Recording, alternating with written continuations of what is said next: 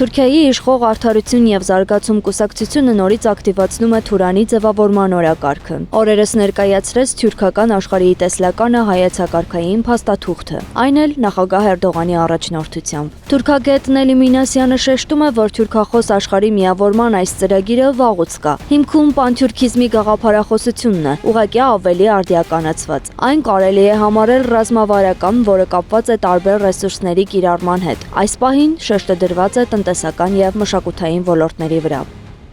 Թուրքիայի համար այս պահին շատ կարևոր է Հարավային Կովկասով ունենալ անխոչնդոտ կապ Ադրբեջանի եւ այնուհետեւ շարունակությունը Կենտրոնական Ասիայի հետ։ Ես կարծում եմ, այդ համատեքստում էլ այդ խաղաղության պայմանագիրը տեղավորվում է։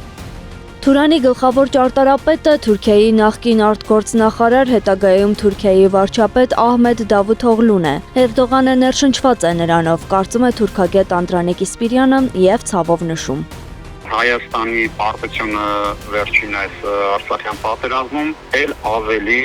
Թուրքիայի այդ մտադրությունները ծաղկեցրեց հենց բառի իմաստով, քանի որ հիմա էլ երբ խոսք է գնում արդեն Թրամփի ուղի կանվանենք, չգիտեմ, խաղաղության խաչմերուկ, այս ճանապարհը Թուրքիային էլ ավելի է մոտեցնում իր հեռավոր, սակայն դեռևս անիրագործելի նպատակին։ Այս համատեքստում թուրքագետը կարևորում է խաղաղության խաչմերուկ կամ Թրամփի ուղի նախագծի նշանակությունը, որը ոչ միայն չի խոչընդոտում թուրանական գաղափարի իրականացմանը, այլ հակառակը օգնում է։ Մի գծով կապը Ադրբեջանի և մյուս երկրների հետ երաշխավորվում է։